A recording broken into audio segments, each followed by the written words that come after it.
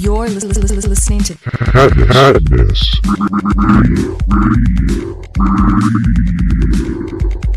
with Tattness McCleary and Niles Already. Never made it as a wise man. Shut up, Meg. This is Gordon Ramsay, and you're listening to Tattness Radio, because you're a fucking disgrace. You're listening to the man who always has his pecker in a headlock. You're listening to Tattness Radio. This is Randy Orton, and you're listening to Tattness Radio for some reason. You're listening to Tattness Radio, which tells me you need help. From one miserable prick to another, you're listening to Keith McCleary. Fucking dreadful. You're listening to Tattness. Who the fuck is Tattness? You're listening to Tattness Radio. What a dumpster fire your life must be. Tattness Radio. Coming soon. What is up, y'all? It's your boy Tattness, and I am back on my bullshit, as you can see. I had to fucking use that opening again. It's just because it's not even a dig at those assholes this time, or that asshole, I should say. Fuck chat. It's not even a fucking shot at them at this point. It's just I had to do it again because my girl happens to like Nickelback. So I know, pray for me, y'all. I'm about to spend the rest of my life with a Nickelback fan. Fuck's sakes. I'm just teasing, love. You know, the thing is, dig what you dig, right? I always said that. Fuck everybody else's madness. Dig what you dig. My beefs are my own. I have a personal fucking issue with that Chad dude. You know, going back to some things with friends of mine. So, that has nothing to do with my girl. She doesn't need to be, you know, taking sides or not listening to something that she enjoys just because I have a personal issue with somebody involved. That's ridiculous. But I will bust her chops every chance I get. I'm just teasing you, baby. You know, you gotta have fun with these things, man. We're gonna get to some music in a minute, starting with a song from my girl. Cross my heart, hope to die. To my lover, I'd never lie. Said be true, I swear I'll try. In the end, it's him and I. He's got his head, I'm on my mind. We got that love, the crazy kind. I am his, and he is mine. In the end, it's him and I. My 65 speeding up the PCH, a hell of a ride. They don't wanna see us make it, they just wanna divide. 2017, Bonnie and Clyde. Wouldn't see the point of living on if one of us died. Yeah, got that kind of style everybody try to rip off. YSL dress under when she take the mink off. Silk on her body, pull it down and watch it slip off. Ever catch me cheating, she would try to cut my crazy, but I love her, I could never run from her. Hit it, no rubber, never would, no one touch her. Swear we drive each other mad, she be so stubborn. But what the fuck is love with no pain, no suffer? Incense, this shit it gets dense. She knows when I'm out, I feel like she could just sense. If I had $1 million, it was down to 10 cents. She'd be down for whatever, never gotta convince, you know. Hope to die, to my lover, I'd never lie. I love you, Said baby. be true, I swear I'll try. In the end, it's him and I. He's got his head, I'm on my mind. We got that love, the crazy kind. I am his, and he is mine. In the end, it's him and I, him and I.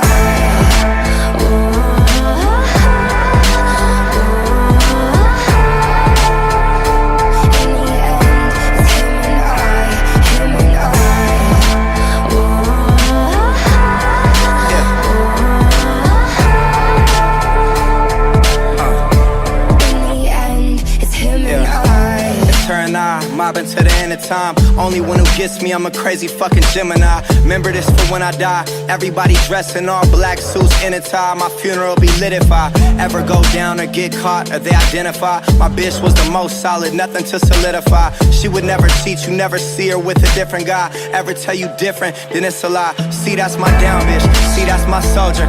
She keep that thing. If anyone goes there, but calm and collected. She keeps her composure, and she gon' ride for me until this thing over.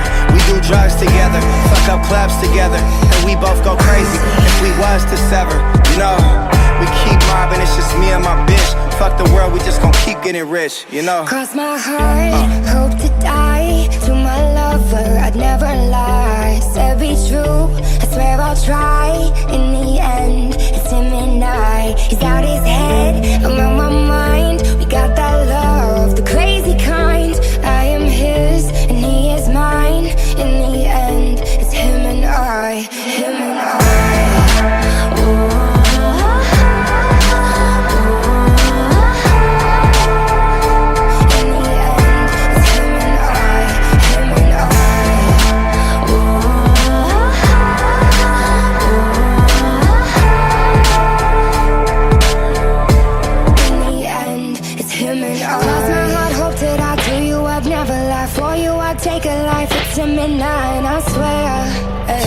then I'ma ride with you. Mob and get money, get high with you. Yeah. Cross my heart, hope to die. This is how I to die. You can confide in me. There's none to hide, and I swear. Stay solid, never lie to you. Swear most likely I'ma die with you. Cross my heart, hope to die. To my lover, I'd never lie. Said be true, I swear I'll try. In the end, it's him and I. He's out his head, I'm on my mind. We got that love, the crazy kind. I am his, and he is mine. In the end, it's him and I. Him and I. Oh.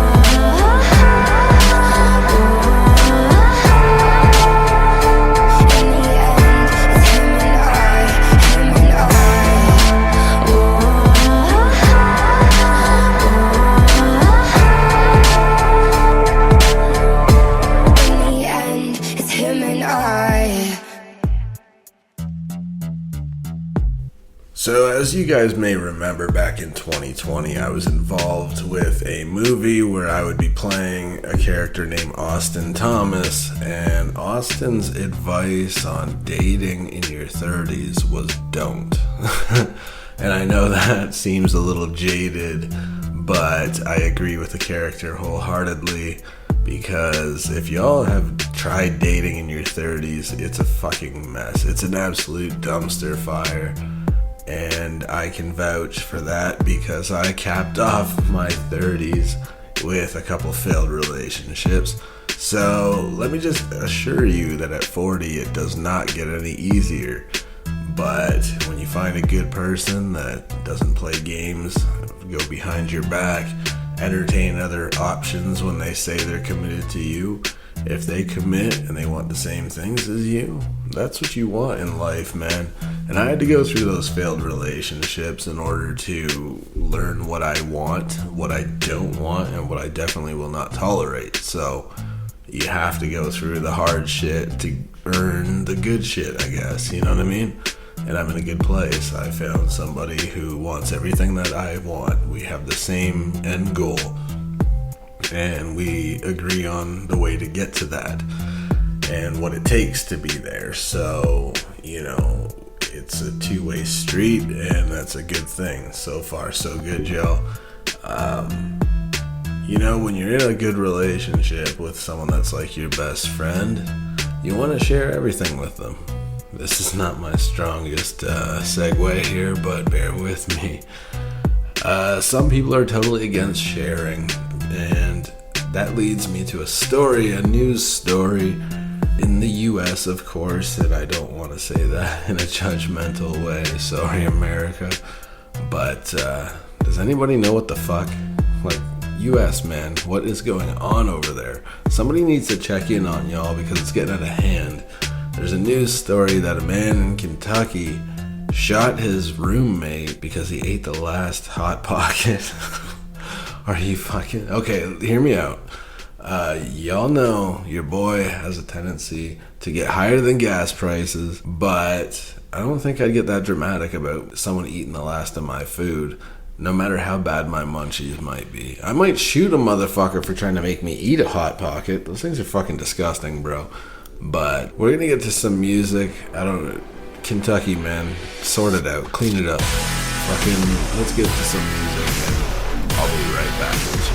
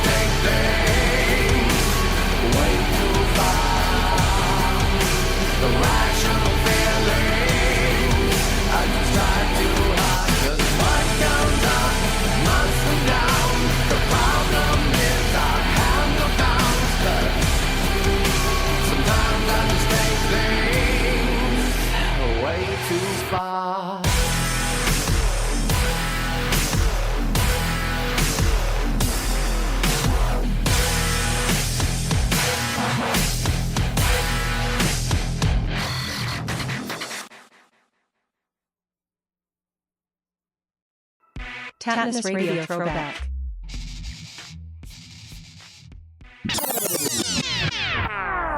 Kenny Olson, Kid Rock and the Twisted Brown Trucker Band. It can't all be bacon, bro. Yeah, it can't all be bacon. Gotta add a bunch of stuff. Bacon is cool, even just to say. It's good. It smells good and tastes good, and it's fun to just say bacon. Yeah. I always like that word, bacon. And then if you add a K to it, you know, then it's like, and then it becomes more of a hobby. You know, I mean bacon cakes, of course. Oh yeah, totally. I did a little bacon myself last night, but it was no damn cake. Yeah. Oh yeah, I did that too. I forgot about that. The Tattness Podcast Uncensored. This all about giving, and then January you just bust out on your birthday. You know, before it, just be like hanging on the islands. Yeah, man. I went to Florida. Me and your new bro, I'll come down and celebrate. I gotta go to his birthday party. Yeah. Yeah, and I've set up and tore down this stage with my own two hands. We've traveled this land, packed tight in minivans, and all this for the fans, girls, money, and fame. I played their game and had to scream my name. I will show no shame. I live and die for this, and if I come off soft, then chew on this. Are you scared? Devil without a cause, and I'm back with the beaver hats and Ben Davis slacks. 30-pack of stroll, 30-pack of hoes. No Rogaine in the propane flows. The chosen one, I'm the living proof, with the gift of gab from the city of truth. I jabbed and stabbed and knocked critics back, and I did not stutter when I said that. I'm going platinum, selling rhymes. I went platinum 7 times, and still they ill and wanna see us ride. I guess because the only God knows why.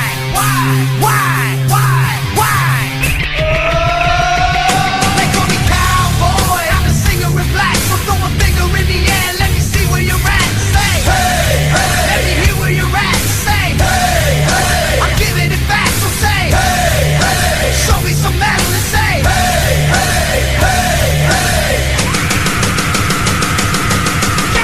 Fuck all y'all. I like the AC/DC and ZZ Top. We'll see this beasties and the kings on rock. Skinner, Seeger, Limp, Korn, the Stones. David Allen Coe with No Show Jones. Yeah! Pass that bottle around. Got the rock from Detroit, soul from Motown, the underground stone. Fucking pimp with tracks that Mac and slap back the whack. Never gain away, I don't play with ass. But watch me rock with Liberace Flash. Punk rock the class, boy bands are trash. I like Johnny Cash and Grandmaster Flash. Flash, flash, flash, flash.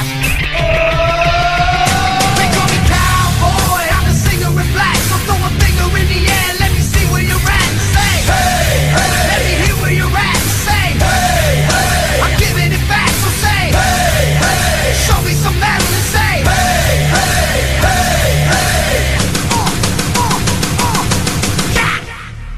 Yeah, I saw your band jumping around on stage like a bunch of wounded ducks. When you gonna learn, sucker? You just can't fuck with.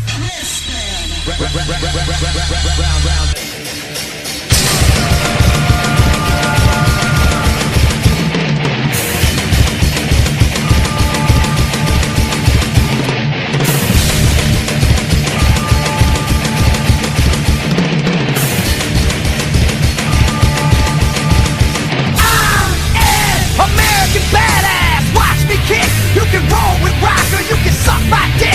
I'm a porno flick, I'm like Amazing Grace. I'm gonna fuck some hoes after I rock this place. Super fly, living double wide, sidecar my glide so Joe C can ride. Full sack to share, bringing flash and flare. Got the long hair, swinging middle finger in the air. Snakeskin suit, 65 Chappelle. See me riding sin, hear the rebel yell. I won't live to tell, so if you do, give the next generation a big fuck you. Who knew I'd blow a black post war over? Said fuck high school, pissed on my diploma. Smell the aroma.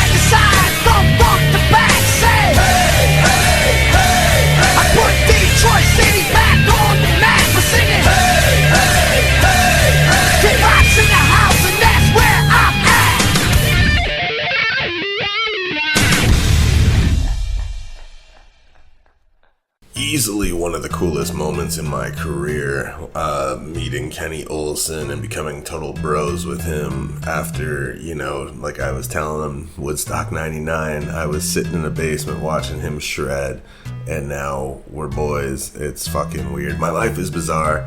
I love it. I wouldn't fucking change a thing. Off air, somebody had asked me about the movie and the Austin Thomas character, and said, you know, because you basically are that character, you have to be, you know, you say that you value some of the character's traits and you kind of are that character, agree with that character in many ways. You know, how do you feel about relationships and dating at this point? Are you that jaded? And here's the thing, to answer that question, and it's a great question, my whole point was, and I'll tell you guys on air because I think it's important for people to hear this. To me, a big red flag is when someone says shit like, fucking the internet is what causes relationships to end because people are so easily replaced. You just grab your phone and on to the next dating app and whatever. You know, I understand the mindset, but when someone says that, to me it's a red flag because it's just another way that people do not take personal accountability. Yes, the internet exists and it gives us access to other people, but you know what? The internet is just a fucking tool. Just like a gun doesn't go and start shooting people by itself, the internet does not go tracking down fucking ways to cheat on the person you're with or replace them. It's the user who does that shit. Take responsibility, take accountability. If you're doing shady shit, if you're entertaining other options while telling someone you're committed to them, if you're fucking disappearing on social media, fucking hiding that you're on, but you're actually on talking to other people, then you know what? The internet's not the fucking problem. The internet is not to blame. It's you and your shady ass behavior. And just own it. Just own it. Take responsibility, people. And that's why dating is so fucking hard. It's not the internet. It's not anything but people's shitty behavior. People don't know how to act right. So I that's my fucking take on it, man. I feel like, you know, if anyone blames the internet for their fucking cheating and their shady behavior, that's like, avoid them like the fucking plague, because they obviously take no responsibility for the things they do wrong. And I think that sucks. So I think that's what's killing relationships. That's what's making relationships so hard. People don't want to commit. People want to play the field. They want to fucking get that attention. They want to feel like everybody wants them. So they don't know a good person when they see one. They don't give a shit. They'll get somebody that would treat them like fucking absolute gold, but they still need to know that other people fucking want them. And it's ego driven. And I think that kind of shit is what kills relationships. Not the internet, not fucking, you know, all this other crap. It's literally the behavior of the individuals. And let's be real, it's 2023. Most people use dating apps and shit to find people, because who has the fucking time to go out actively seeking people and assuming they're single? It just eliminates the guesswork. And what do you think you're going to attract if you go to a bar to pick somebody up? I mean, come on now. So everybody uses fucking dating apps, but here's the biggest red flag, okay? If you start getting involved with somebody, they say they're committed to you, but they don't delete their fucking profile on their dating app, they are not committed to you, bro. They are obviously fucking still unsure and keeping themselves out there, entertaining other options. And when you see that they're on that app fucking actively when you're supposed to be committed to the person, just run, dude. Just call the whole thing off. Throw the whole person out and start again. Just go, dude, because that's the shadiest shit. People play these games.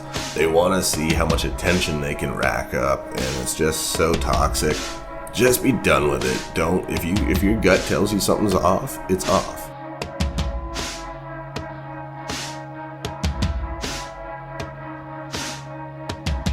She's sticking needles in her skin. I turn with another grin.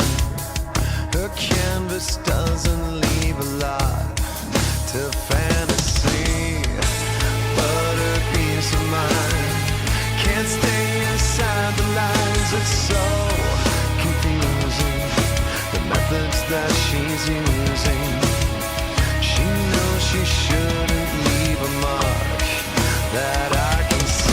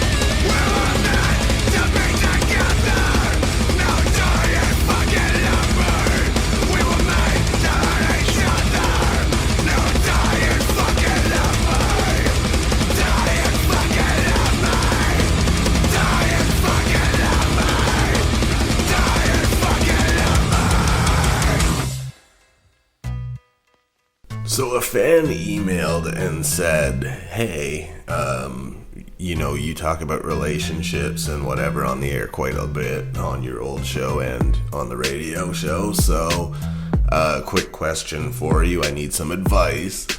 My boyfriend is in college, and sometimes at night he tells me he's going to bed, and then he shuts off his active status on Messenger.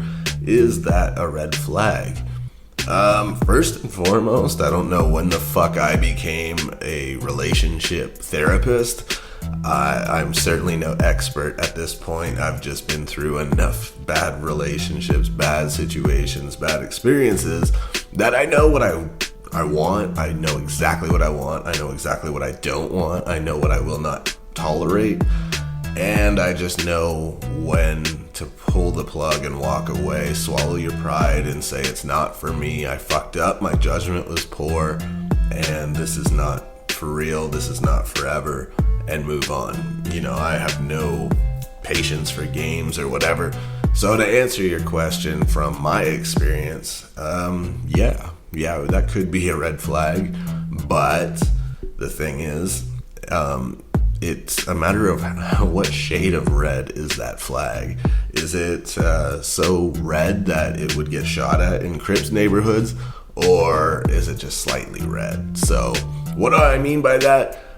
What I mean is it could be a red flag. Maybe they're entertaining other options and they don't want to be bothered by you, so they want you to think they're passed out, shut off their active status on social media so they can be on in peace without fucking having to talk to your ass and entertain other options. And if that's the case, run far, fucking run fast.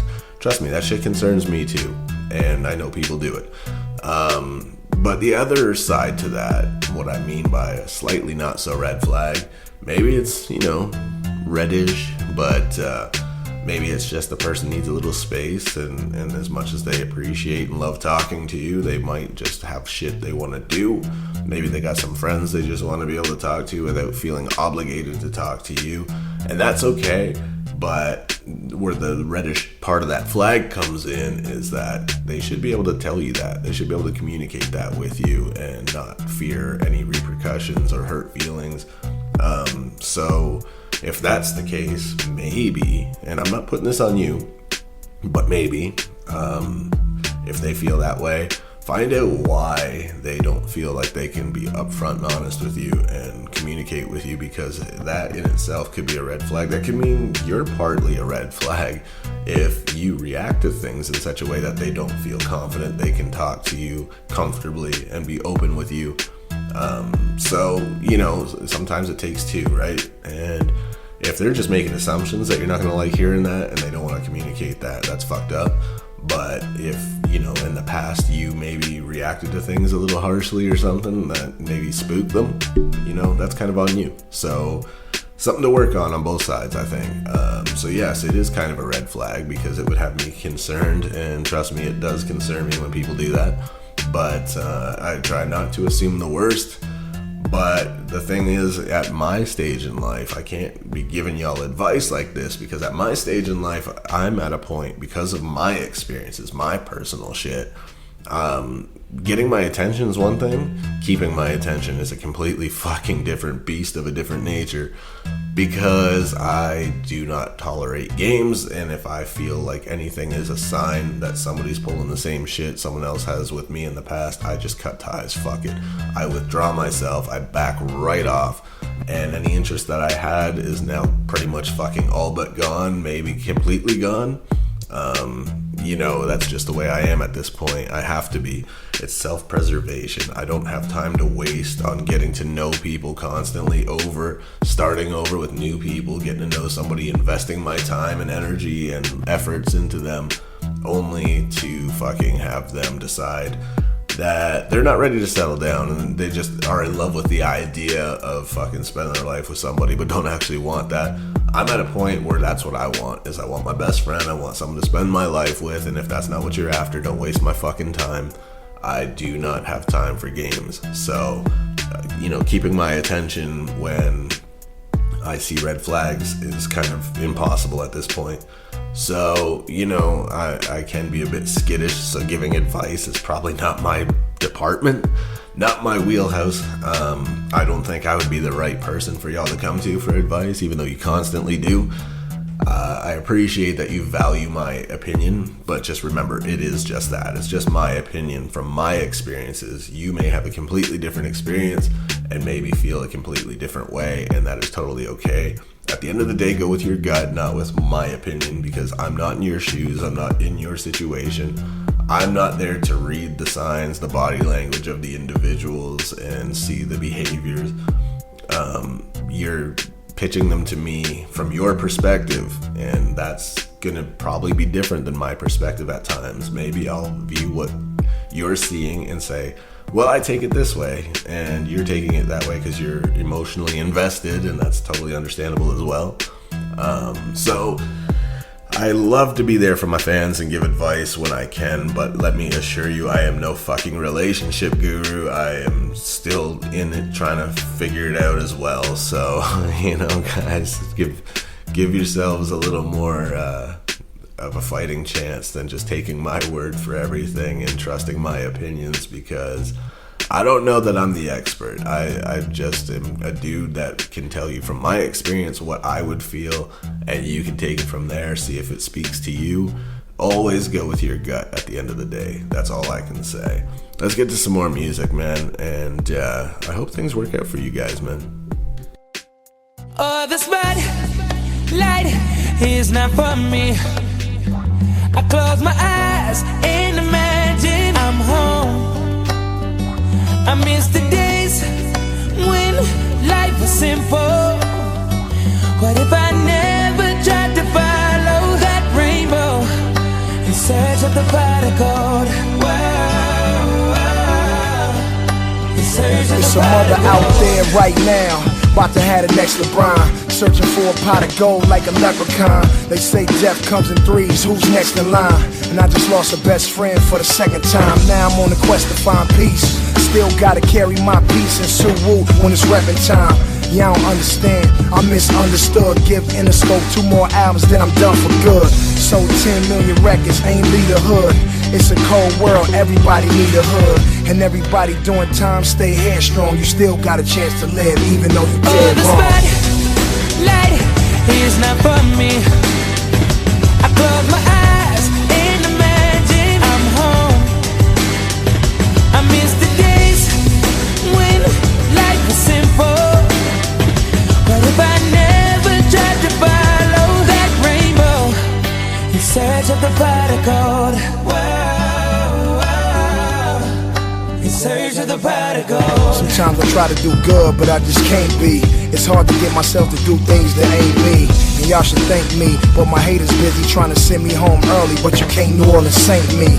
I ain't a saint, B. I ain't a god, girl.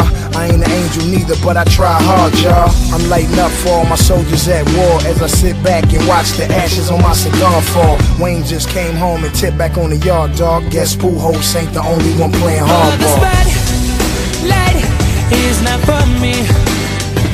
I close my eyes and imagine I'm home. I miss the days when life was simple. What if I never tried to follow that rainbow in search of the pot of gold? Whoa,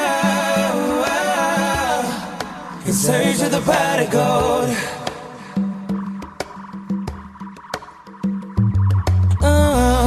See, the thing about all of us is we never know just what we want. Oh, the spotlight is not for me. No, it ain't. I close my eyes and imagine I'm home. I miss the days when life was simple.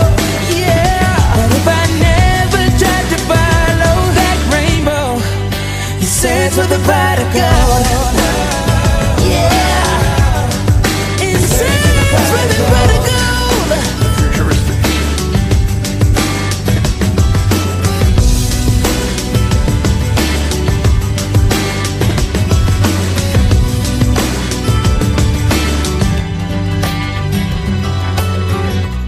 listening to Tattness Radio. So before I wrap this bitch up, I just wanted to say that I appreciate you guys coming to me for advice. Please do keep the emails coming. I love hearing from you guys. tattnessradio@gmail.com or tattnessradioofficial@gmail.com. Either one works. I will get back to you guys every chance I get. And like I was saying, in terms of the whole relationship thing, always trust your gut. Don't jump to conclusions, but if something feels like it's not for you, it's not. If somebody treats you like maybe you're not for them, you're not. Just make the decision for them.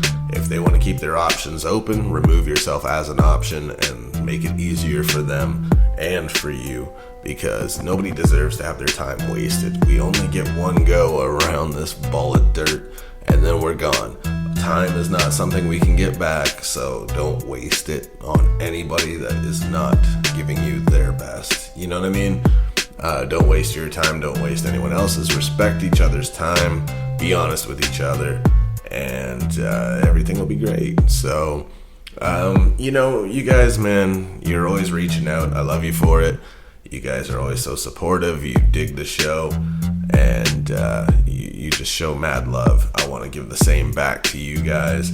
So, I'm at a point where I don't always have a whole hell of a lot to say these days because NDAs stop me from talking about what I'm working on and stupid shit like that. And, in my personal life, there's not a whole hell of a lot going on except for finding somebody great.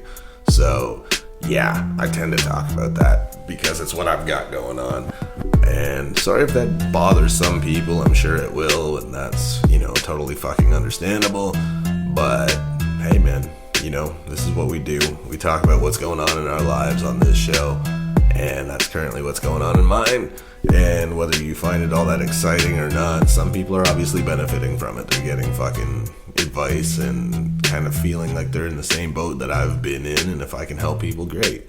If that's not for you, there's other shows out there, and that's cool too. I ain't losing sleep over it, man. It's a fucking beautiful thing to have free will. You can listen to whatever the hell you want, even if it ain't me. So I appreciate those of you that give me your time, is basically what I'm saying. You guys are so committed.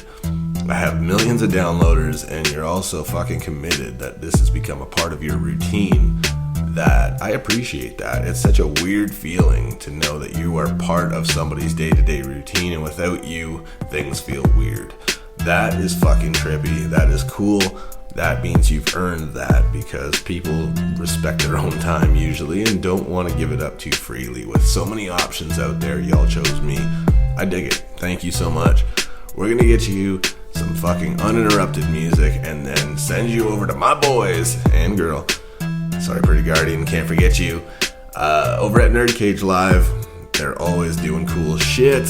I think you can dig one of the guests that they have on their recent show from Mortal Kombat. Let's just say that. You guys can go listen to it and figure it out. But first, here's uninterrupted music. I appreciate y'all. I love y'all. Thank you guys for coming to me, valuing my opinions, listening to what I have to say, and always being so supportive. I will catch your asses later. Take care, y'all.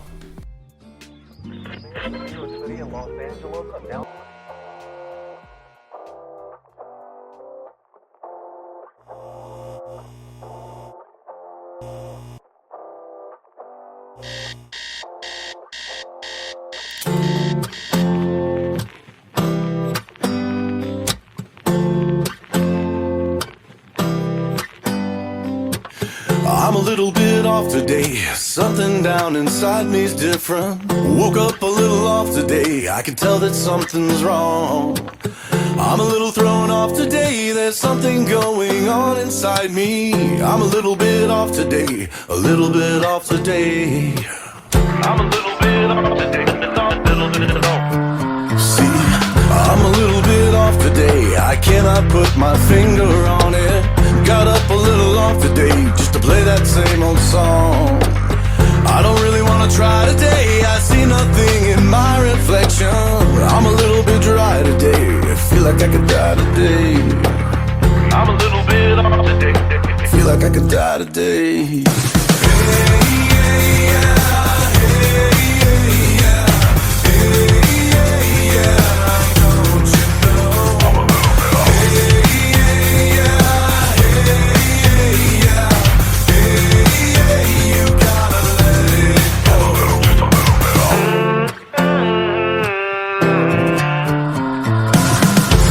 Pissed off today, and there ain't nothing you can do about it. I'm a little put off today, and I could not tell you why. Got a really short fuse today, everyone around me's fucking crazy. I'm a little ticked off today, a little pissed off today. I'm a little bit off today. I told a little white lie today. I smiled and told someone I loved them. I had to say goodbye today to someone that I love. I couldn't even cry today. I think my heart is finally broken. Didn't need a reason why today. I don't need a reason why today.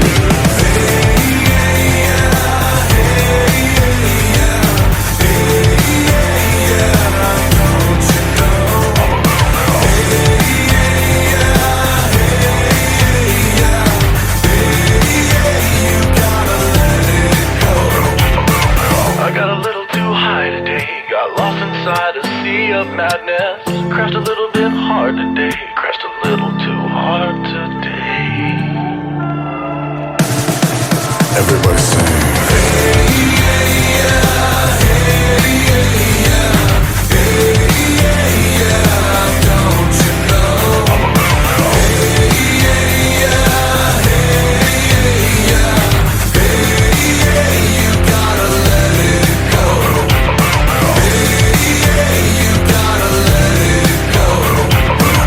I'm a little bit off today. Something down inside me feels so different. Just a little bit off today. You can all fuck off today.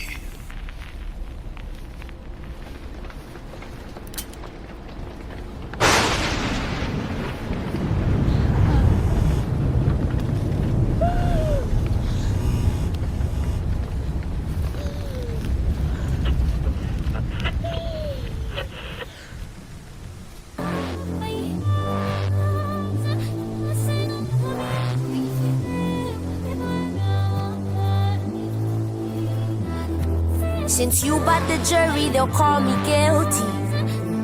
They'll call me guilty. You bought the jury, they'll call me guilty.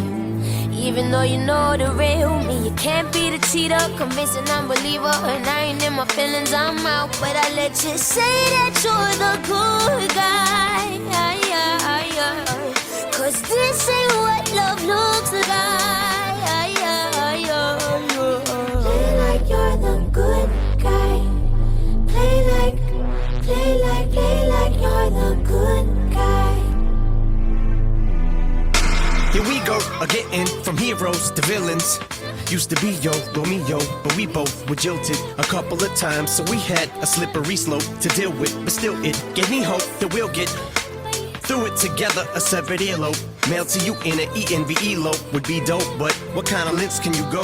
Pull a Vincent Van Gogh just to convince a damn hoe to be a housewife who outright lies. She's blackout drunk, now she's backing out my drive. I ran outside, why? She trying to act out, she's just about my size. Hit me in the mouth twice, guys. When someone you die for sticks a steak knife in your heart, do you try more? Another late night in, she stumbles through my door, lets the daylight in, and all we do is fight more. And I ain't violent, but she's going through my drawers to plant the KY in. I'm getting accused by a whore who smells like St. Ides and who's probably screwed 5 more guys, sucked 8, 9 men. I'm taking 2x4s to our 8x10s. Picture 2 I tore out the frame, I win. Put up a new high score, beat this game I'm in. And here's some 2-ply for when you date my friends in order to wipe your ass. When you moved your bowels, when we renewed our vows. This the thanks I get, I'm waiting for the day I can hear you say, Marshall, what a skank I've been.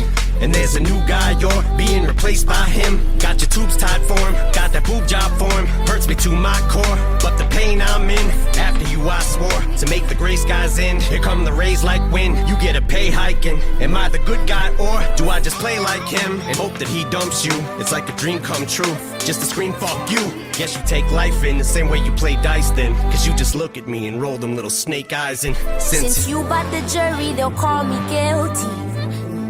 They'll call me guilty. You bought the jury, they'll call me guilty. Even though you know the real me, you can't be the cheater, convincing unbeliever. And I ain't in my feelings, I'm out. But I let you say that you're the good guy. Cause this ain't what love looks like. You can't be the cheater, convincing unbeliever. I ain't in my feelings, I'm out. But I let you say that you're the good guy. Play like you're the good guy. Play like you're the good guy.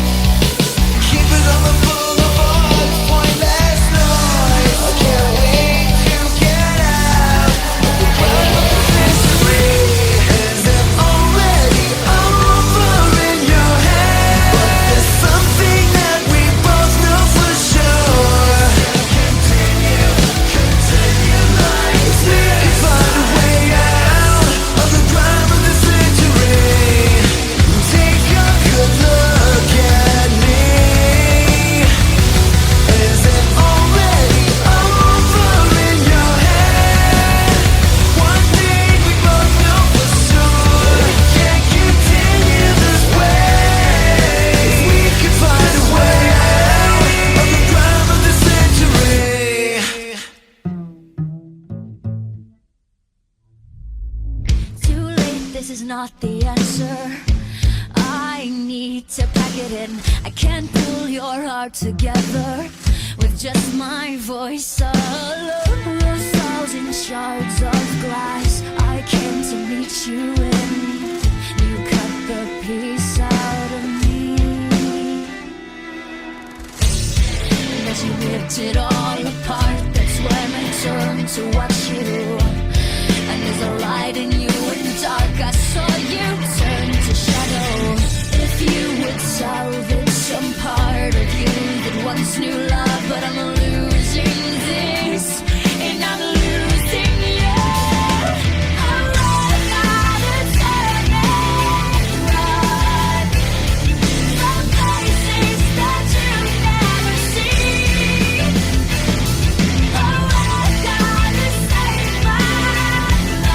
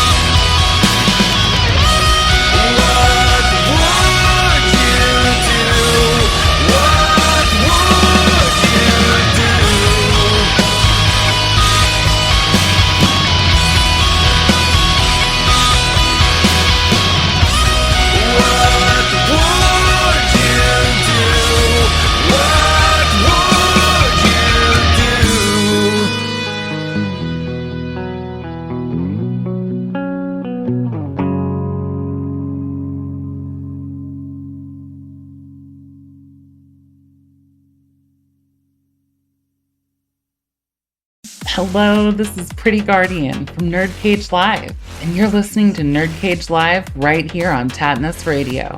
If you like what you hear, be sure to subscribe to us over at youtube.com/nerdcagelive. You are about to witness the strength of geek knowledge. That's right, once again you are trapped in Nerd Cage Live. I am Joe from Follow One Gaming, and today I will be giving you my top 10 movies of all time. So without further delay, let's get right into it. This is a product of the Umbrella Corporation. Our business is life itself. Some side effects may occur. You didn't think I was going to have a list without Resident Evil on it, did you? That's right, at number 10, I have Resident Evil Apocalypse. As controversial as it may be, I still think this film was truest to the game's lore. And Sienna Guillory as Jill Valentine was stunning, to say the least. Not only in her looks, but also in her mannerisms.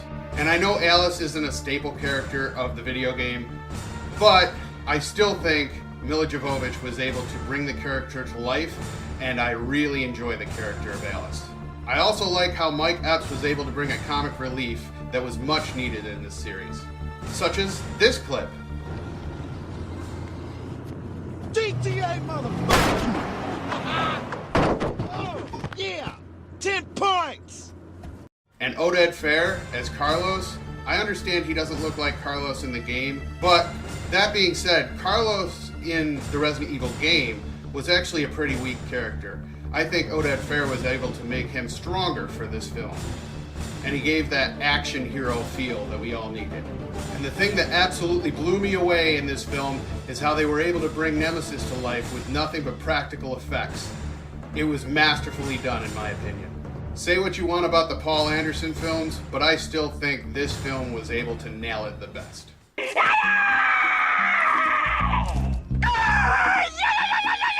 Alrighty then. You guessed it, at number 9, I have Ace Ventura, When Nature Calls. And Jim Carrey's hilarious performance in this was absolutely amazing. I love the wide range of hilarious scenes and quotable moments in this. In fact, let's roll the clip. Hi there, nice to see you. Bumblebee tuna? Bumblebee tuna! Excuse me. Your balls are showing. Bumblebee tuna? I just can't get enough of this movie. It was so fun for me as a child, and that is exactly why I had to put it on this list. Do, re, Egon. That's right, at number 8, I have the original Ghostbusters. This movie was so fun for me growing up. It has an amazing soundtrack, and I love the performances by all the actors. However, I do have to say, Bill Murray as Peter Venkman stole the show in this one. I love all of his hilarious scenes. That being said, next clip, please. Everything was fine with our system until the power grid was shut off by Dickless here. Is this true? Yes, it's true. This man has no dick. I also love all the ghosts and monsters in this, like the Gatekeeper and the Keymaster, the dogs, Slimer, the Stay Puft Marshmallow Man, Gozer. They were all done really well in my opinion. This movie is an absolute classic and a must-watch for me every single Halloween, which is why it absolutely deserves a place on this list.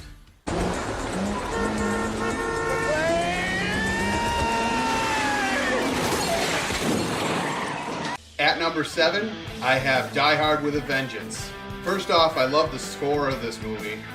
Casting Jeremy Irons as the villain, as Simon, was an awesome choice, and Bruce Willis and Sam Jackson have amazing chemistry together. But don't take my word for it, check this out. My name is Zeus. Zeus? Yeah, Zeus, as in father of Apollo, Mount Olympus. Don't fuck with me or I'll shove a lightning bolt up your ass. Zeus! This is my absolute favorite Die Hard movie of the series. It is action-packed and keeps you on the edge of your seat throughout the entire film. I also like the puzzles and riddles that gives the movie that mystery element. This film absolutely deserves its spot on this list. Well, I love when you talk dirty. Get your mad ass in this pool with me. Axel, get out of the goddamn pool! At number 6, I have Beverly Hills Cop 2. Eddie Murphy's performance as Axel Foley was fantastic, and I love Judge Reinhold and John Ashton returning in this film because the chemistry between the three actors is amazing. I love all the action and the laughs in this film, as well as the mystery of trying to find and take down Maxwell Dent.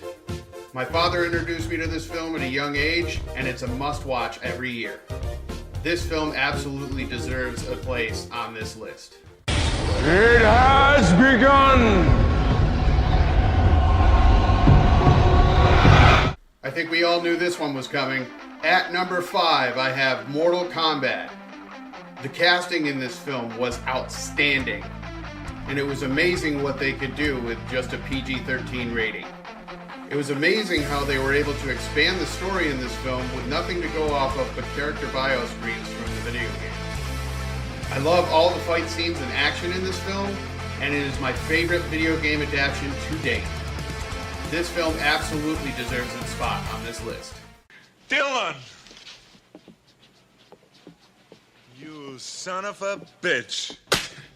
At number 4, I have the original Predator. This is still my favorite movie in the Predator series. Something about knowing the Predator is lurking around every corner to pick off the team one by one was amazing in my experience. And Arnold Schwarzenegger as Dutch was a powerhouse in this film. That scene when you first see the Predator's face will always be a scene that stands out in my mind. In fact, let's take a look at it now. You're one ugly motherfucker.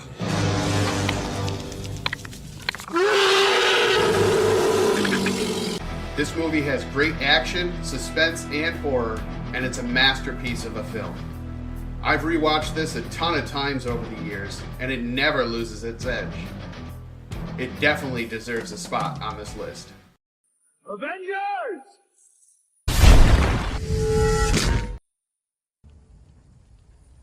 Assemble. This might be a bit controversial, but at number 3, I have Avengers Endgame. I love the humor in this with Fat Thor and all of the action throughout the film. And this film had so many scenes that were worthy of a standing ovation that it is still my favorite Marvel movie of all time. However, my favorite scene of the movie is this one. And I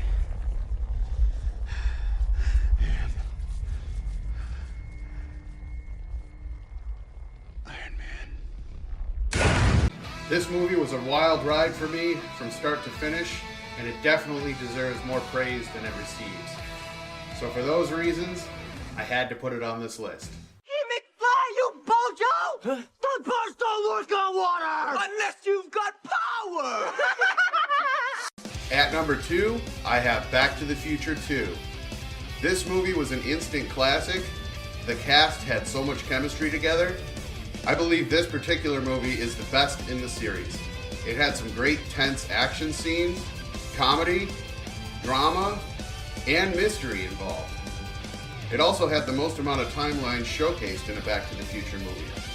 They went to the future, which is coincidentally now our past.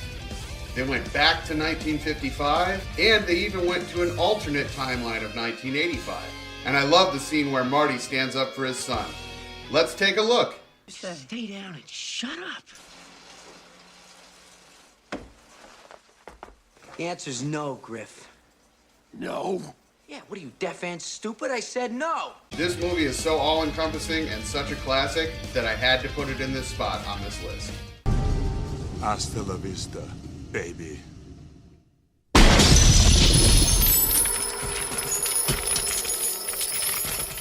Finally, at number 1, I have Terminator 2, Judgment Day.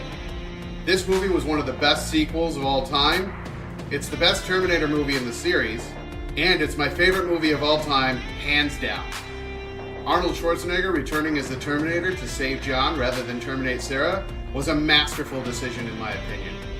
This movie is action-packed from start to finish, and it has some of the greatest one-liners of any movie to date. Let's take a look at one now. Come with me if you want to live. The story in this movie is amazing. I love the father-son dynamic between John and the Terminator. Sarah Connor is an absolute badass in this, and the special effects still hold up to this day. For all these reasons and many more, I had to make this my top movie of all time. So that's my top 10 movies. We'd love to hear yours in the comments below. So remember to like, comment, subscribe, ring that bell, and spread that shit like Skynet. So that being said, remember to enjoy life, stay safe, and keep watching great movies, Nerd Cage Nation.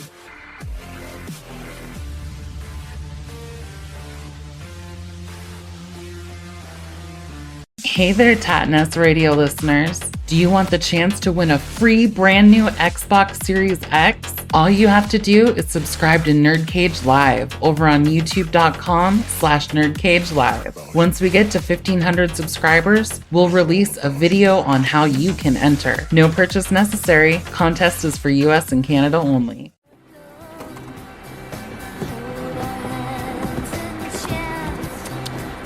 Girls, watch out for those weirdos. We are the weirdos, mister. Yo, what's good? This is Pretty Guardian, and today you are trapped in the cage with me to talk about my 10 favorite movies. So as some of you might have guessed, number 10 on my list is The Craft. This was one of my first exposures to witchy stuff, and I absolutely loved it. All of the characters are iconic. Now, at number 9 on my list is the movie The Little Mermaid. This movie is about every child's awkward sexual awakening to fish people. Okay, just me? Well, anyways, check out these biceps on King Triton. I'd be calling him daddy too. This movie came out in 1990, the same year that I was born, and to me, it's just a cherished childhood film. And on top of that, the animation is absolutely stunning. It was one of the first times where Disney had to start figuring out how to actually create animation that looked as if it was underwater, and I think it holds up as a work of art for that alone. My next movie is about everyone's favorite woke anti-work MLM girl boss babe, Kiki, from Kiki's Delivery Service. So this movie is number 8 on my list. I actually love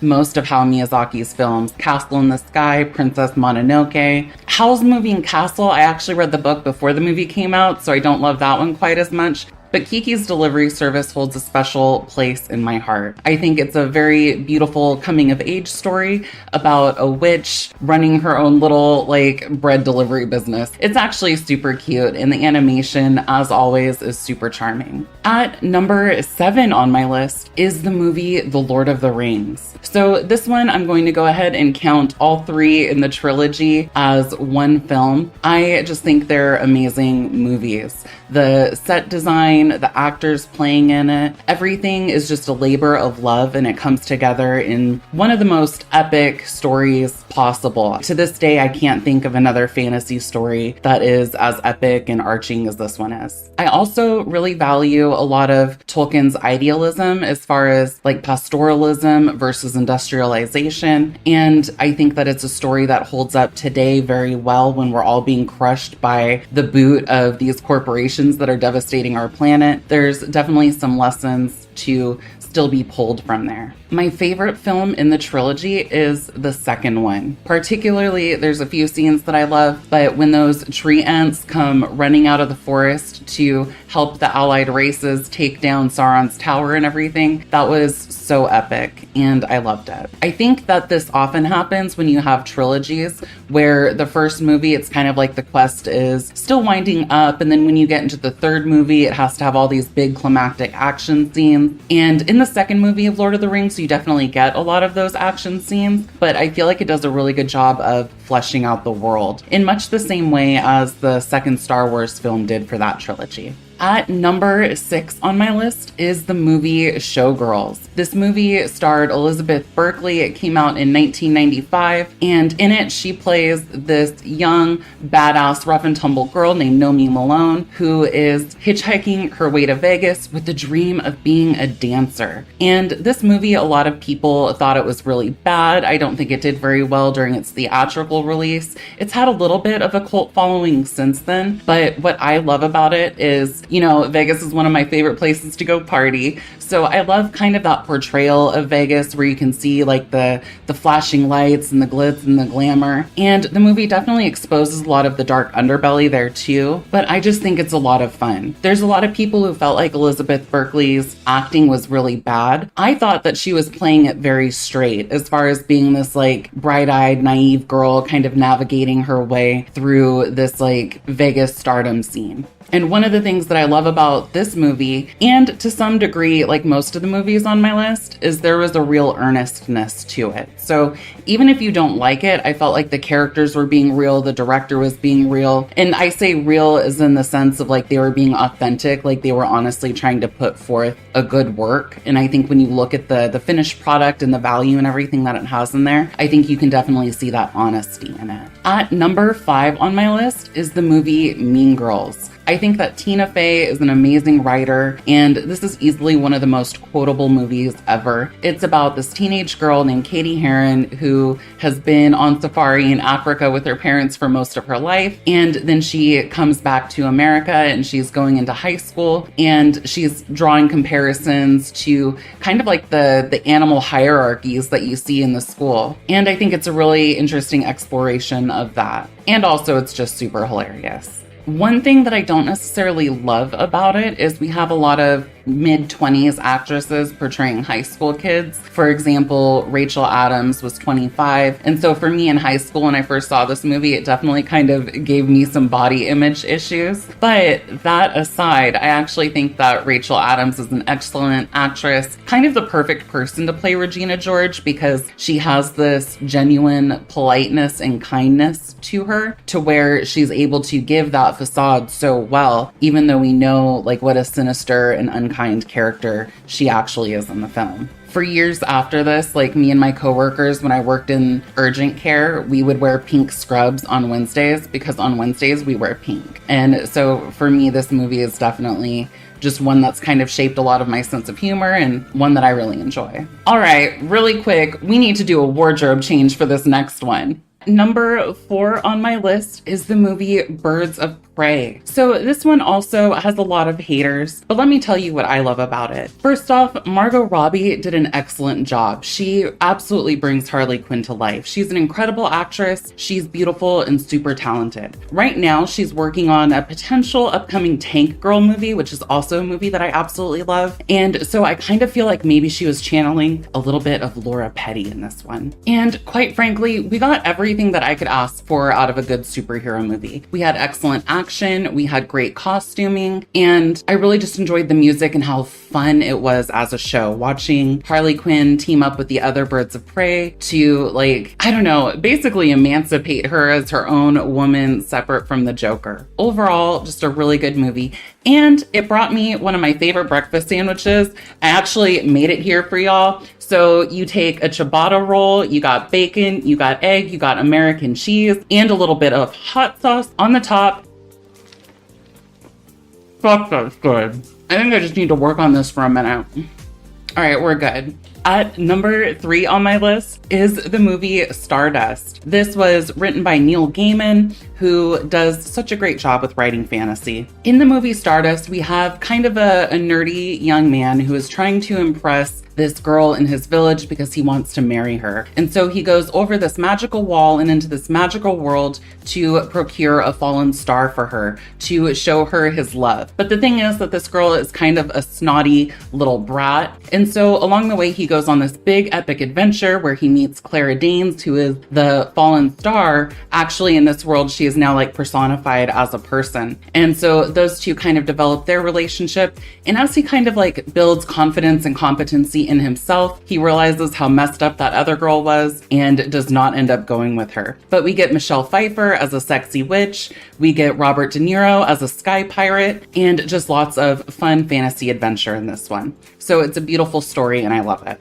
At number 2 on my list is the movie Everything Everywhere All at Once. So this movie, if you've seen it, you'll understand immediately why I love it so much. First off, I feel like it's one of the few movies within the last few years that actually has an important message as far as confronting nihilism and finding the joy in existing in these bleak times. But as if that wasn't enough, we also have amazing set design. I love the use of color and cluttered frames, and even with like the subtitles and the super text and how they interpose those.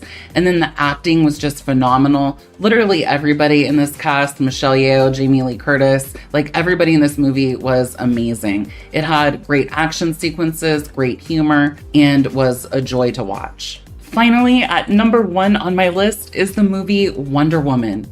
So back when this movie first came out, it had a tagline in the advertising. It was power, grace, wisdom. And I thought that was so stupid. Like, you wouldn't say Iron Man, power, grace, wisdom. But then when I actually watched the movie, I realized that it wasn't talking about grace as in elegance. It was talking about grace as in forgiveness. So when we look at the psychology of our superheroes, one of the things that sets them apart from these more modern, cynical superheroes like you would see in The Boys is that a lot of these old school superheroes like Captain America and Wonder Woman and Superman, they actually, at their core being, they want to help people. So Wonder Woman is from the island of Themyscira, which is where all the Amazons, a group of women warriors, live. And she comes out into the world of man, and she's a bit naive to the world, and she's confronted with war and strife and kind of the ugliest things you could possibly see in the world. And when she's confronted with that, I think a natural response could be, oh my God, this is terrible. I need to end this. And, you know, she might also even recoil into herself a little bit more, kind of going, you know what? I understand why the Amazons left y'all. But when Wonder Woman is confronted with all that, she actually turns the other cheek and she goes, you know what? I want to help these people. To me, that's a beautiful exploration of who she is as a superhero. Aside from that, I think that there is just a lot of amazing details in this movie. For example, I love the fact that they used female athletes instead of models to play the Amazons. When I would watch them train and work out, the whole movie really just kind of made me feel strong and empowered in a way that I've never experienced in a superhero movie before this or after this. And then going back to those little details, there's things like the throne room scene, where in a lot of traditional Greek architecture, you have a strong use of columns, whereas in this one, they used kind of a spiral shape on the throne to give it a more sapphic feel. This is an island of strong, powerful women. And so overall, this movie really touched me, and I can't give it enough credit for that. So thank you so much for watching my list today. I had so much fun making this video. Please give a like and subscribe and do all those YouTube-y things for my sandwich here. It's not me who wants it, it's the sandwich. Anyways, thanks again for watching. Love you so much. And until next time, this is Pretty Guardian, logging out.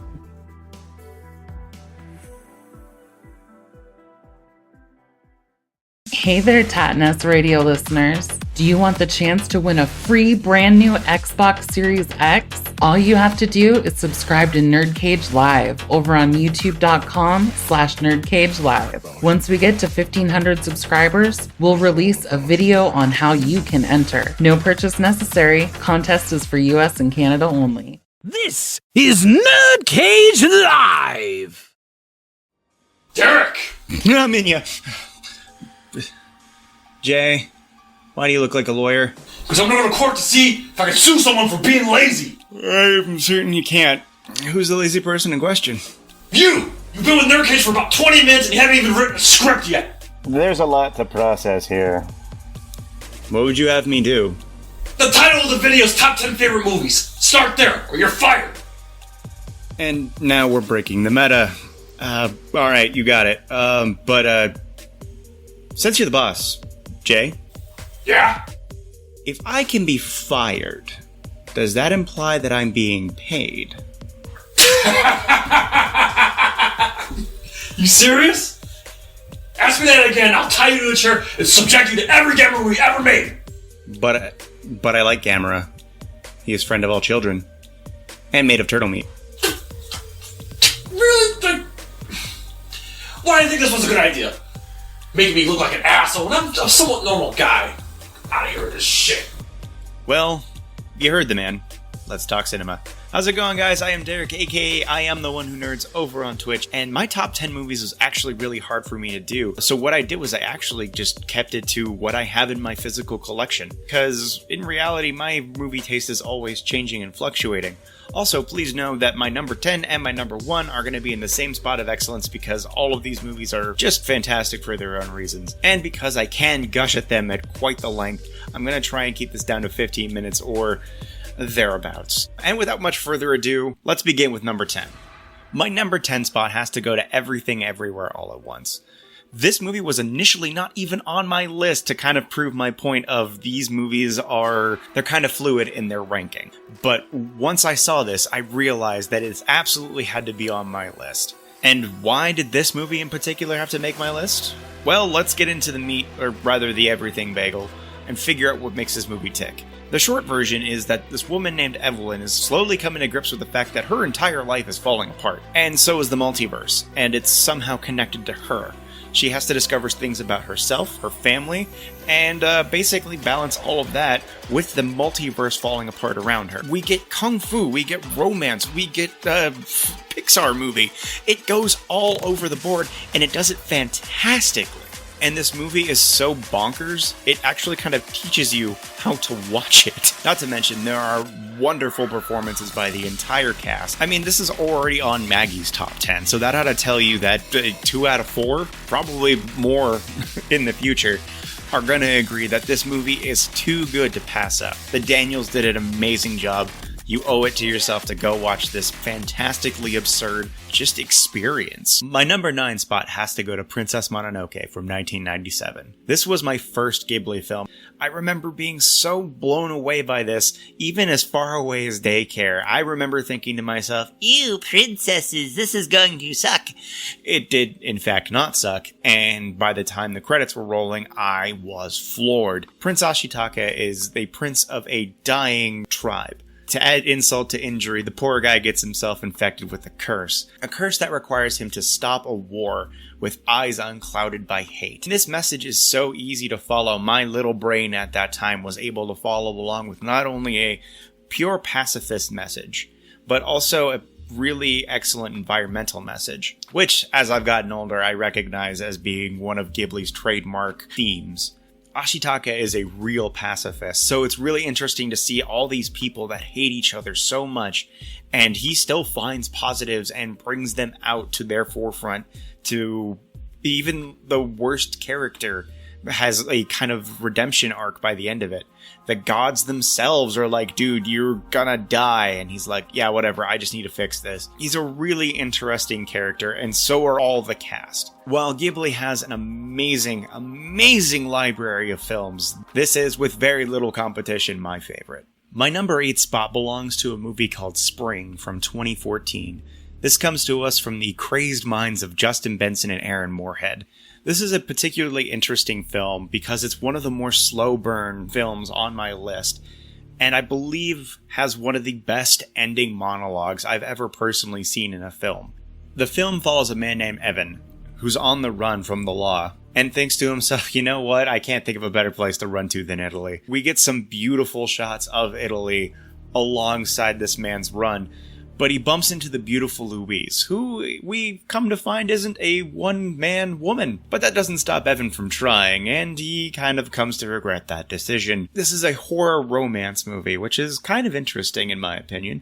But we really get to know these characters, and we also get to learn about the director's philosophies on a lot of things, how we view ourselves, even as something as simple as on a vacation. At the end of the day, I want to say this is probably... yeah, this is one of the more beautiful films on my list, for a lot of reasons. I hope you guys like it. You have to let me know if you've seen it or want to see it. My number 7 spot has to belong to Old Boy from 2003. Yes, the 2003 film from Korea, not the American version. Try not to be too shocked there, Thanos. This is, with very little competition, the best revenge film I know of. This also wins a second award for being the best manga adaptation I have ever seen. And it has that truly unforgettable oneer.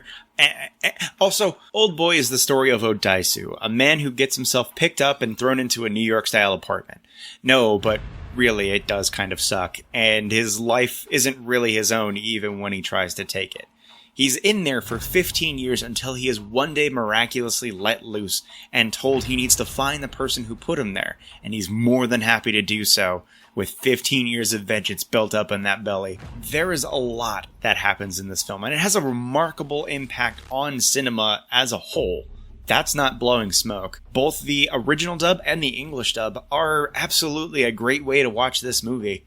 So don't let the American version fool you into thinking you need to see it in order to understand what the hell happens in this movie. Now, be warned, there is some very graphic stuff that happens in this movie, but if you're able to hold your tongue long enough, you might be able to enjoy this flick. My number 6 spot has to go to The Matrix from 1999. This film had so much influence over Little Derek, and I wanted to be Neo so damn bad I actually went out and got myself a trench coat during middle school, and probably put a lot of worried looks on a lot of parents. But that being said, this movie is hard to ignore in terms of its influence over pop culture of the time. I don't think I really need to go into the plot of this one because I'm willing to bet everybody here has seen it. But at the time, this was something nobody had ever seen before. At least this was like a real introduction into cyberpunk in a way that we had never seen before. So we're gonna go ahead and cut this one a little short. You can argue the other movies, but the fact of the matter is the original is definitely the best. My number 5 spot absolutely has to go to Spider-Man Into the Spider-Verse. In my mind, this is the best comic book movie that has been made. I have my reasons. Let's start with the fact that something as simple as Miles throwing a bagel at a scientist and the thwack onomatopoeia appearing over his head feels so right and very comic booky, and it's something that the live action films can't replicate. Furthermore, the actual animation tells a story as well. They actually made it to where Miles was moving a few frames slower than the other spider people to kind of signify that he was not really fitting in yet.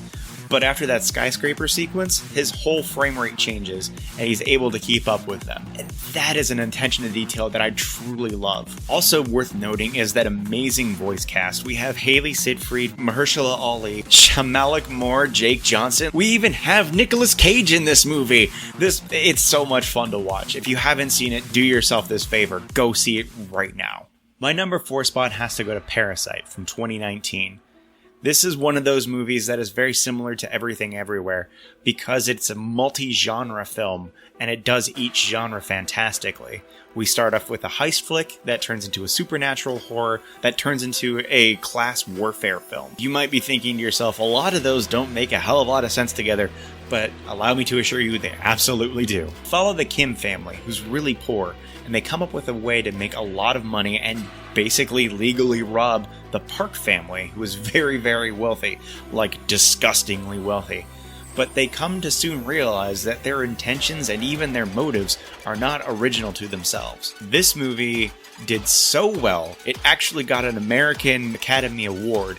Bong Joon-ho is no slouch when it comes to directing. We've seen him in Snowpiercer and The Host, but this is easily my favorite film of his because of just how fluid he's able to tell this story. We get some amazing performances out of everybody involved. The twists and turns are just out of nowhere, but they feel perfect. It's just a very good movie. If you haven't seen it, just shut up and do it. I'm getting angry about it. My number 3 goes to Evil Dead 2 from 1987. In my mind, this is the perfect horror sequel. It does everything that makes the original great and then improves upon it. And to me, that's what makes this movie so damn groovy. Though the plot is a soft reboot, we follow a man named Ash Williams who's only trying to squat in the middle of the woods with his girlfriend in an abandoned camp. Right? It's abandoned? It's not abandoned. It's actually host to a evil tape recorder that has the lines to the Necronomicon translated within, and his girlfriend gets possessed, and it makes him go crazy when he has to kill her. But unfortunately, his troubles aren't over yet. The original owners are actually on their way to the cabin, so will Ash be able to save them and his own sanity?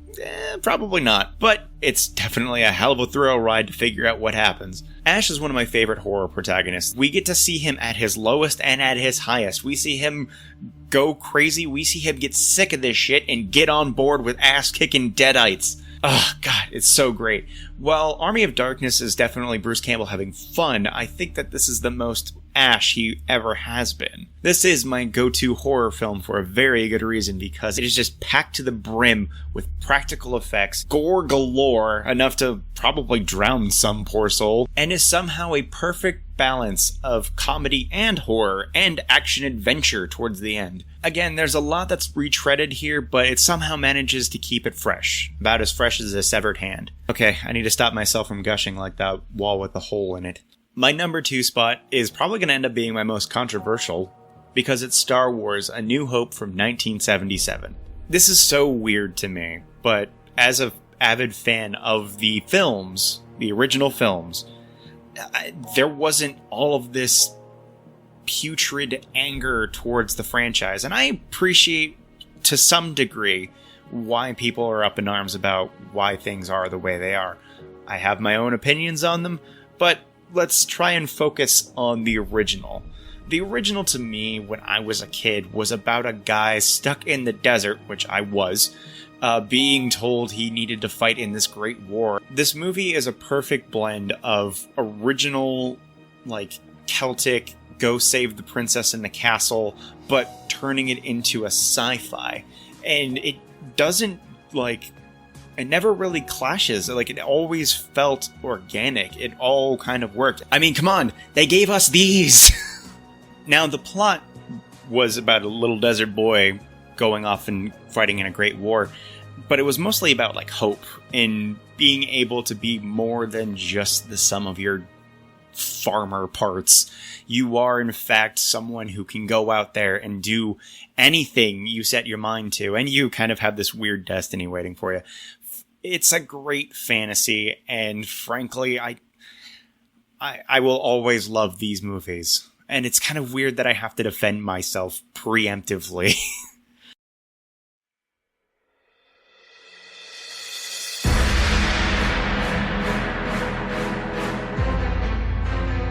Did you have any doubt? Was there even any question that this wouldn't be number 1? If, for some reason, you're saying yes to both of those questions, hi, my name is Derek, and I make it no secret that Godzilla is my favorite film franchise ever. I'm going entirely off script here because I can do this all day, but I'll make it as brief as I can. I am including all films from the franchise, because, god damn, like, these are my comfort movies, these are my, like, intellectual, big thinky movies, and you're probably thinking to yourself, if you don't know, you're probably thinking, dude, it's just about a dude in a rubber suit knocking over buildings. And I would argue, no, actually, they are not. It depends on which movie you're watching. You can go from something as simple as an anti-nuke message, and then 3 films later, we're talking about the television boom of the 60s, and the gambling, and mafiosos. It just keeps going. Environmental messages that are just a little too wacky. It goes on. So yeah, there are the simple movies. No arguments there, but there are the movies that do have a profound message. Not to mention the craftsmanship that went into these movies. Just making those damn suits is incredible. Like, you can tear this whole damn thing apart. Okay, I need to stop gushing for a second. Hold on. Practicality, like the showmanship, the craftsmanship of making the miniatures, making the full-blown suits.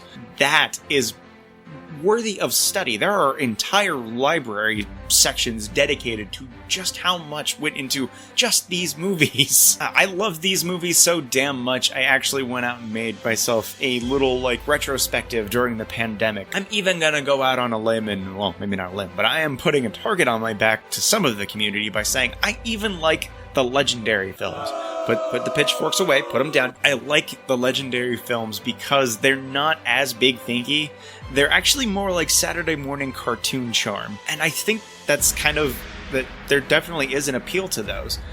It does host one of the worst films, in my opinion, of the entire franchise, I still do like the Legendary films for the most part. They're kind of harmless fun. I've gone on record as saying Godzilla vs. Megalon is like the first thing I actually remember as a sentient human being. I know how silly they are, but if you actually dig into them, they are a little bit deeper than a lot of people tend to give them credit for here in the West. Okay, alright, I need to calm down. So, there you have it, folks. Thank you so much for joining me on this weird little adventure through my film preferences. Let me know what you guys thought in the comments below. I'd love to hear what your opinions are, what your top 10s are. Hit that thumb up, hit that subscribe, hit the bell, hit the thing that makes it spread like syphilis. You know what you gotta do. It's the YouTubes. And guys, really, I really do want to say thank you for listening to me for what is probably well over the usual time limit. I love these films, and I feel like even these short explanations doesn't do them enough justice. So please go see them. Go support them physically. Make sure to like Maggie's video. Make sure to like Joe's video. Make sure to like Jay's video. Make sure to sub up to Nerd Cage Live. And of course, guys, please be sure to take care of yourselves out there.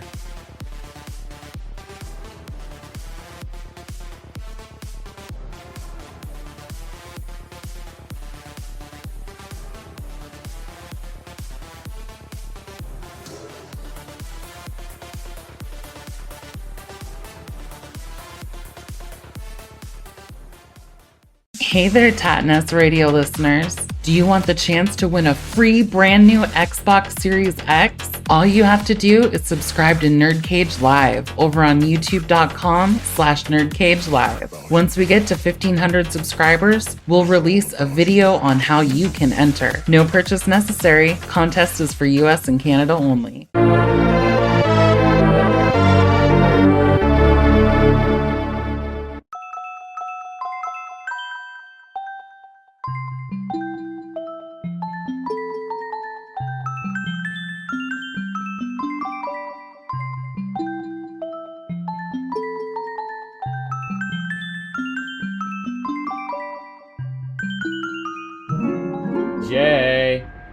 Jay! What's going on, Jay? This is Elder God Tabmock99. This is no dream, but a divine vision. I'm here to let you know that Derek, Joe, and Pretty Guardian all just released fantastic top 10 movie videos. But now, the cycle must come full circle. It's up to you to release your top 10 favorite movies. But I must warn you, I did not see that coming. This is not the future I imagined. Things are already not working out as planned. But I must warn you that if you do not release your top 10 favorite movies and include Mortal Kombat in the list, you will end up in the Netherrealm, just like Joe. So go forth, release your top 10 movies, and ascend to the pantheon of Elder Gods. Prepare yourself to witness the strength of geek knowledge.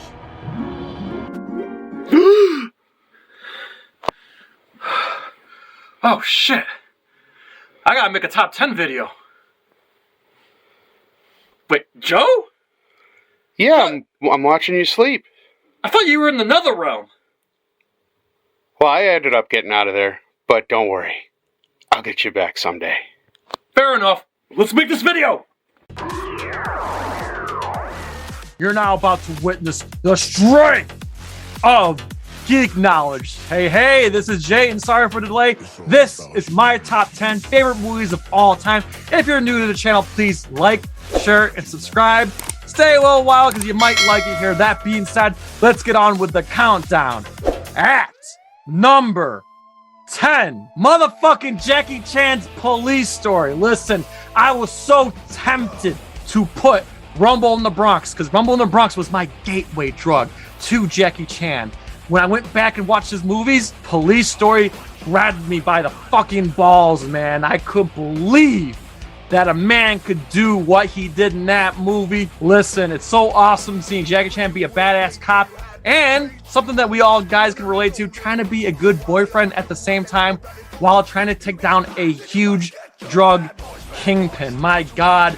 And that fight at the end at the mall, come on, dude. And yo, roll that fucking clip.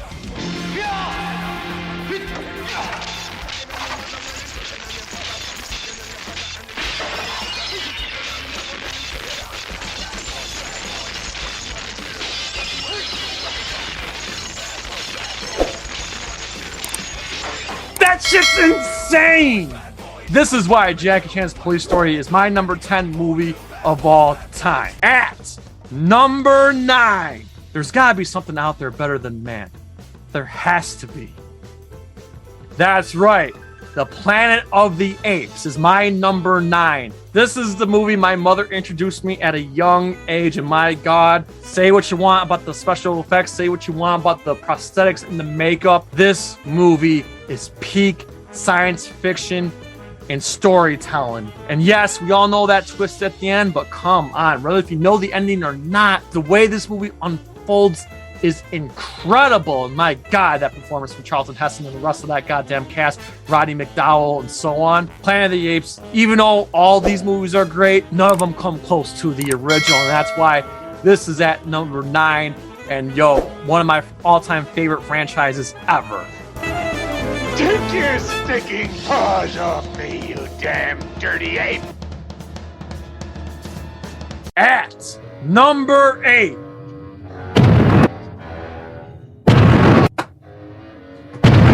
Yo, y'all hear that? Y'all hear that? That's right!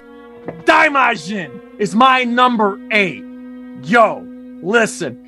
There's so many great kaiju flicks out there, but Daimajin is the one that made an impression on me. Oh my God, this movie, the sheer, dark, dreary atmosphere, knowing that doomsday is coming to these feudal warlords in Japan. I cannot believe that this movie came from the same studio that did the stupid Turtle, all right? Shout out to Daiei, man. Daimajin is an incredible kaiju film. It's on my Mount Rushmore of kaiju films, and I'm a sucker for that dark, dreary atmosphere and that payoff at the end. My God, whether you're a kaiju fan or not, you need to get on Daimajin. Trust me, you will not regret it.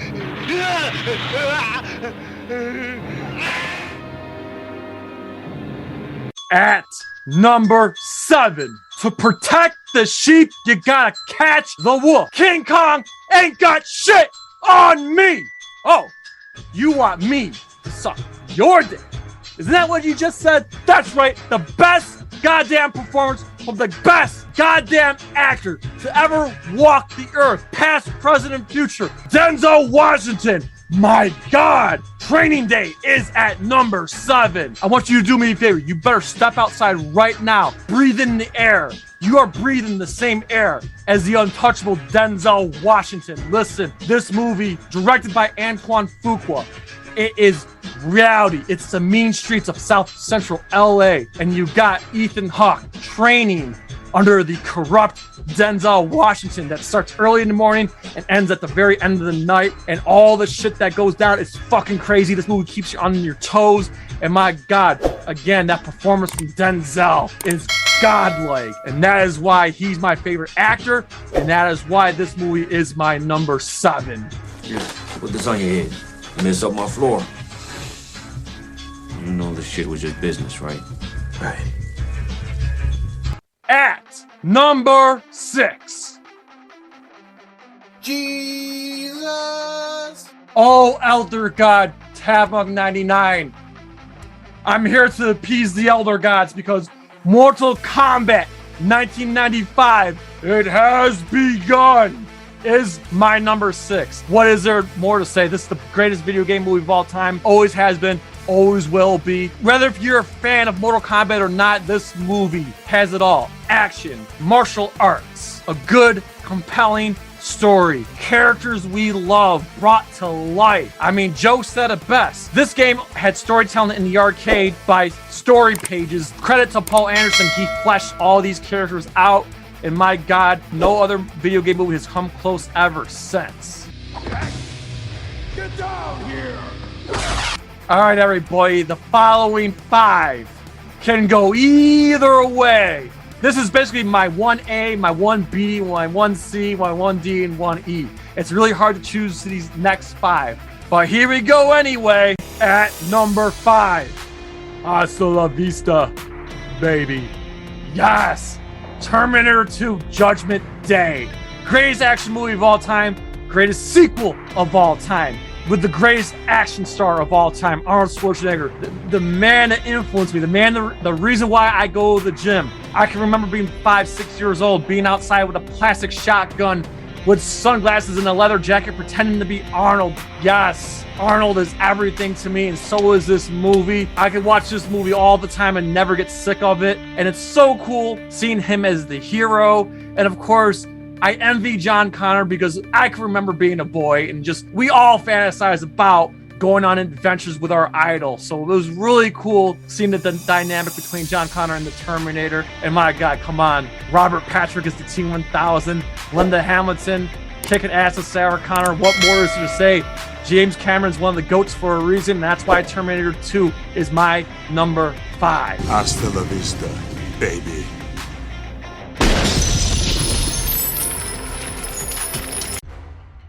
At number 4, look out! Yes, the King of the Monsters, the original 1954 Gojira, aka Godzilla. Yeah, I know Godzilla is going to appear somewhere on the list. And you know what? As much as I love most of the Godzilla movies, not all of them, most of them, I'd say about 99% of them, yes.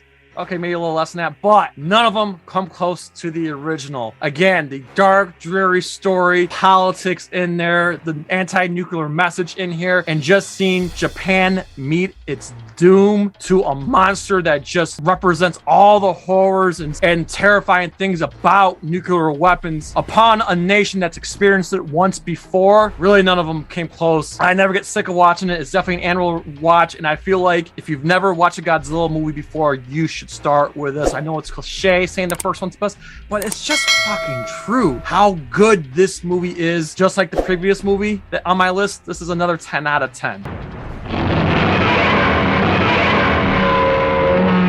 At number 3,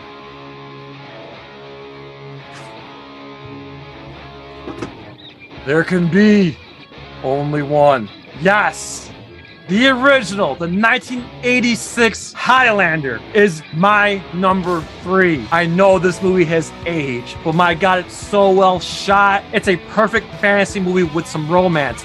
Good guys versus bad guys. The acting, Christopher Lambert, Sean Connery, my God. And that fucking soundtrack from Queen. Come on. The Kurgan theme, Princess of the Universe, Who Wants to Live Forever, my God. This movie's so goddamn perfect. As enjoyable and as cheesy as the sequels are, come on. There only can be one, and that's the original Highlander. And my God, the Kurgan is a fucking goated villain.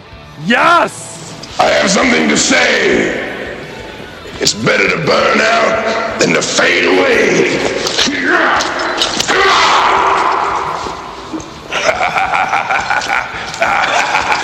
At number 2, does he look like a bitch? Pulp Fiction, yes, my number 2, another perfect 10. Quentin Tarantino at his best with a dynamite cast. Bruce fucking Willis, Uma Thurman, Sam Jackson. We get a great performance out of John Travolta. Come on, that cameo from Christopher Walken. About to watch in his ass. Like, come on, dude. This is a perfect crime movie. That out of order storytelling is just so magnificent. And so many attempts have been made from other movies and other directors. They don't come so close to the GOAT. My favorite director, Quentin Tarantino. If you haven't watched Pulp Fiction, do yourself a favor. Grab some popcorn and just enjoy the bloody ride. Best crime movie ever. And you will know my name is the Lord when I lay my vengeance upon thee.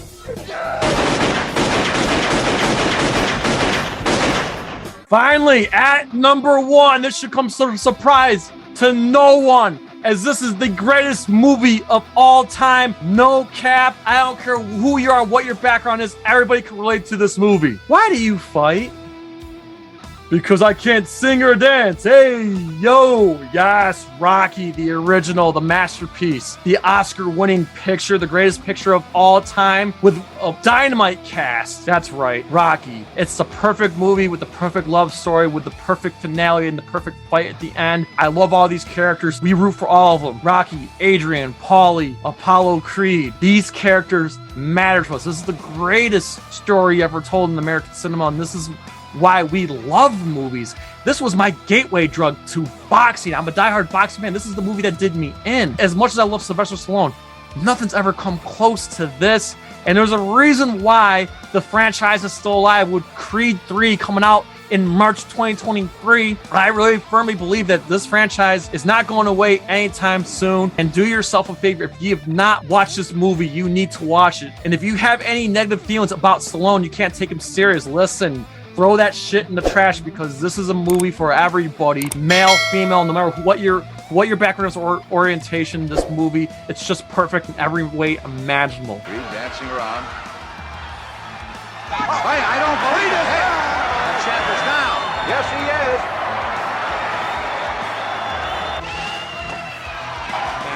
is. So yes, that is my top 10. Again, sorry for the delay, but listen, everybody, please, I would love to know, what is your top 10 favorite movies of all time? What do you think of these movies? Have you seen these movies? Do yourself a favor. Find a way to stream or buy or rent these movies, because they may be my favorite movies, but you need to watch them. And now, as 2022 is coming to a close, thank you to everybody for helping this channel grow, making it our best year ever. When we come back in 2023, we're going to continue to get to know the Cage. The four of us are going to discuss TV shows, animated shows, and all that good stuff. So stay tuned. The best is yet to come right here on Nerd Cage Live. And remember, like, share, and subscribe, and we'll see you soon.